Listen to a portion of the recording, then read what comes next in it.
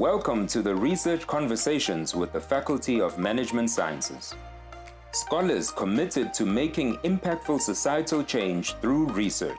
Greetings viewers, my name is Skhumbuzo and welcome to the Research Conversation with FMS.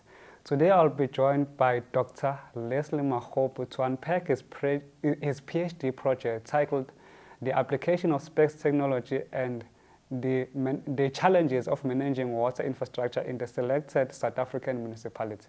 Dr. Makgobu, how are you, sir? I'm all right, and how are you, sir? I'm also good. And also thanks for honoring our invite. So the state of South African public service delivery is deplorable. And we are now not only experiencing load shedding, but there's also water shedding.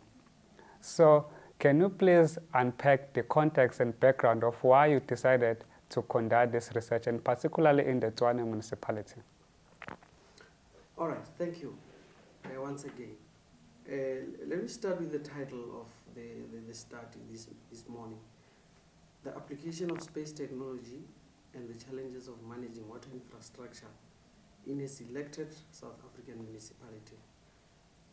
I decided that this selected municipality should be the city of Tshwane. The city of Tshwane is situated in the Gauteng province of South Africa. The study was conducted in the city of Tshwane in the province of South Africa. The specific reason for the research at the city was because I used to work for the city of Tshwane. Maybe firstly let me define what space technology is, because it will be, this phrase will be going around in the interviews as is the main thing for this study. Space technology is the tools, the spacecrafts, the satellites, and the systems that are used in the aerospace industry. And the need to conduct the study arose from the challenges of managing water infrastructure, ranging from the installation, inaccessible streets, limited access to homes. People couldn't access to their homes, and there were deep and unbarricaded trenches. There were leaking pipes, there were power cuts, the list is endless. These challenges became a problem for the managers, who have to overcome the inadequate planning and leadership, organizing, controlling, and coordination of their work. The research. Okay, you can continue. The research was conducted through interviews with purposive samples of the city of Tshwane managers. The study found that the city faces challenges of inexperienced staff, inefficient communication, dilapidated infrastructure. The list is endless. Yeah. Okay. So, what was the main aim and objective of your study? The aim of the study was to identify the challenges of managing water infrastructure with a view of finding possible ways to resolve such challenges with the help of space technology. And the objectives, therefore, were to identify the challenges experienced by the municipality during and after installation, and to rank the importance of those identified challenges. Also to identify how space technology can help with the management of water infrastructure in the city. And also to develop a framework of these challenges. How are they going to, how the challenges are, and how can they be tackled? Thank you. Okay, so let us now move into your literature review. I've noticed that you have divided it into 3 phases. First, you spoke about the challenges of managing water infrastructure, and you also talk about you also talk about the application of space technology and how to manage water infrastructure. So let us start with the first one, the challenges of managing water infrastructure. In the past few months, residents in the Tshwane municipality have been complaining about the contaminated water, which led to the cholera outbreak. And also there have been many issues in the same region of pipe leakages and blockages, which led to the water tanker businesses. So can you please, maybe someone who have been conducting a research in this municipality, explain to us what is the root cause of all these challenges that we are seeing in the Tshwane municipality? After having went through in-depth literature review, I did find that there was the root causes. Not just something that you can just overlook. The root causes were ranging from political interference, because the politicians want to enrich themselves by wanting things to go on and on, not having them fixed, and then so that they can have the water tanks to sell the water to the communities. You ask yourself, why, if there is a problem in the community, that problem is not just attended here and there and it gets done with. So those are the things that emanated, and some of them incite or they prompt the community to riot against the municipality, so that the municipality do not effectively or efficiently have the infrastructure attended to. So how to... And also, thank you, sir. Okay. And also, water contamination has been a thing in the city of Tshwane for quite a number of years.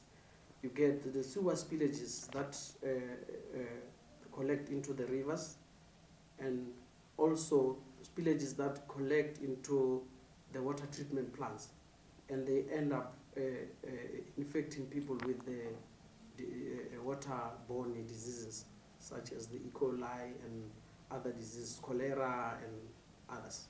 Yeah. So let's talk about the management of water infrastructure that we are touching base on right now.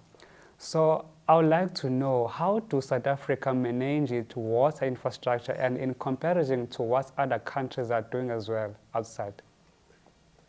In comparison to what other countries are doing, I am of the view that South Africa is doing less.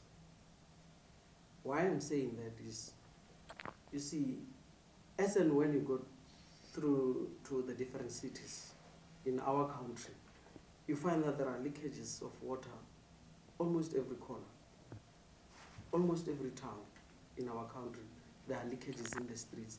Water is contaminated, is not getting attended to, but you see the water tankers are traveling every day to sell water to the communities. So there's another city that I've read about in the literature review. Their water goes through about 370,000 water tests to make sure that the water that the community is consuming doesn't infect them with the diseases.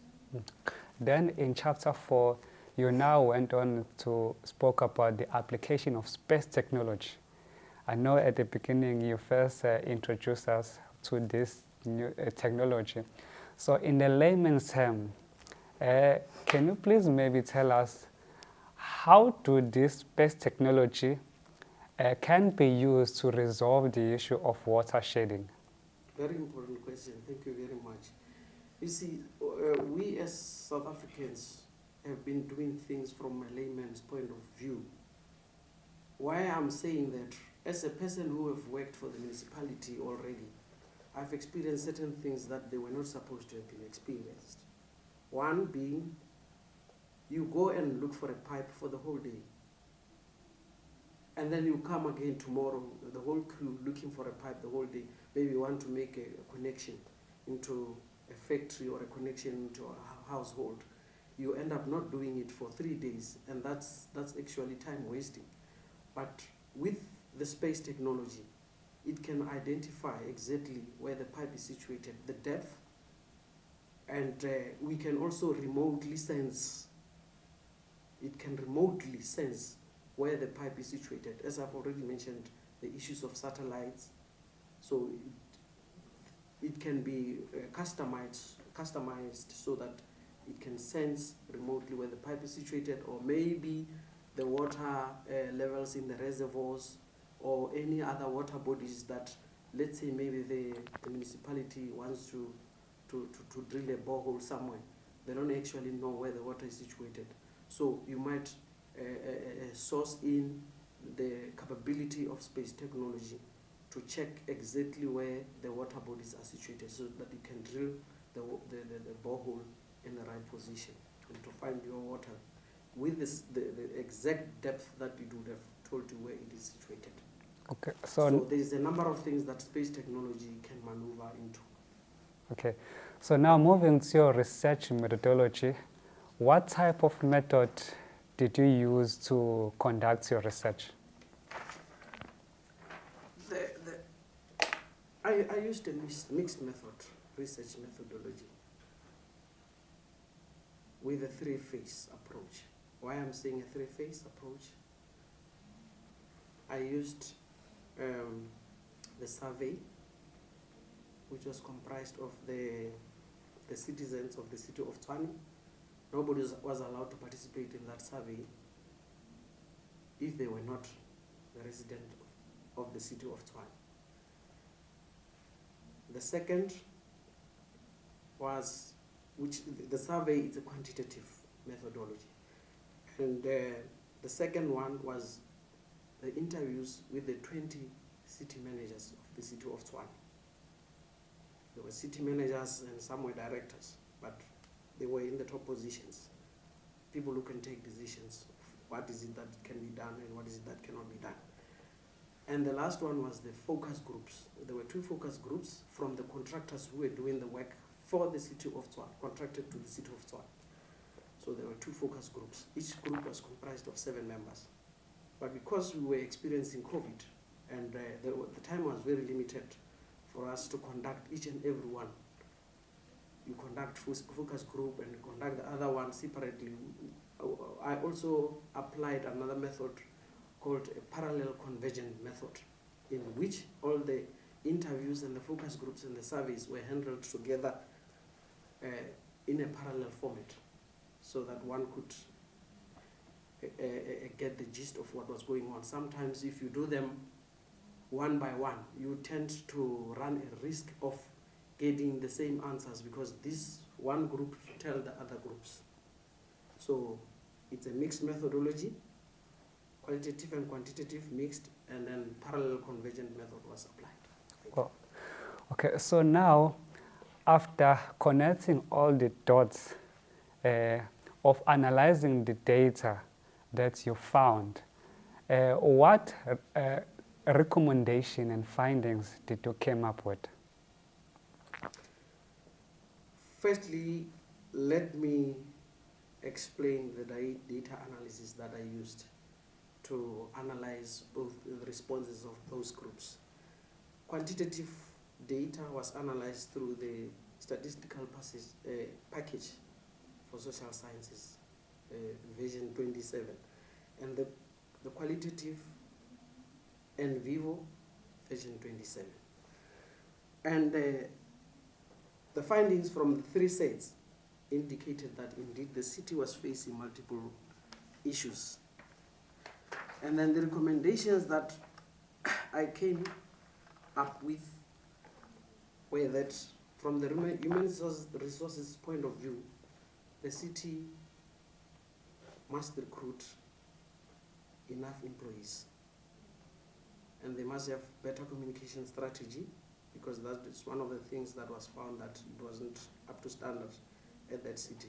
And the employees, due to the level of inexperience that was picked up during the research, I found out that they must undergo a rigorous scrutiny process and training as well. Yeah. And then underqualified officials must be given a reasonable time frame to complete the required studies for their occupied positions. And then they must also cut down the long tender processes.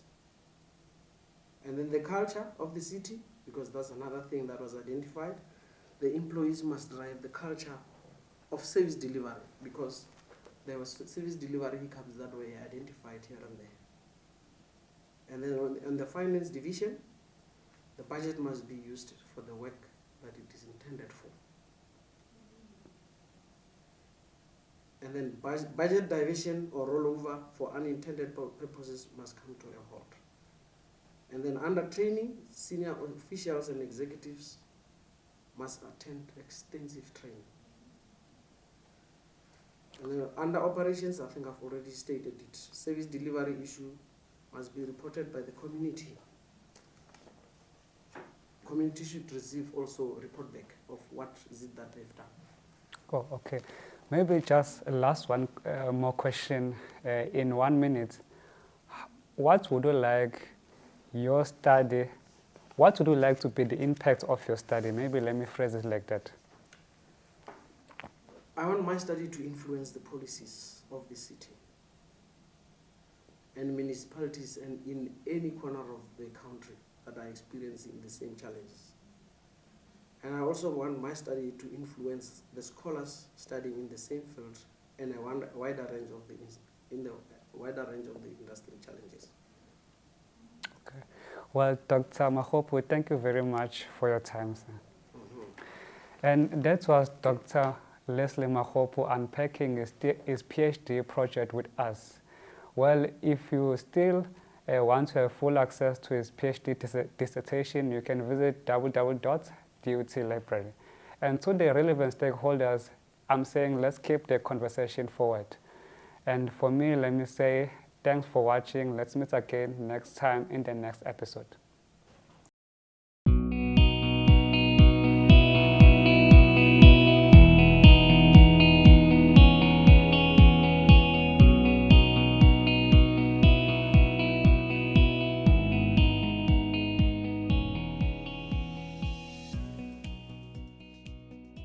This episode was brought to you by the Faculty of Management Sciences.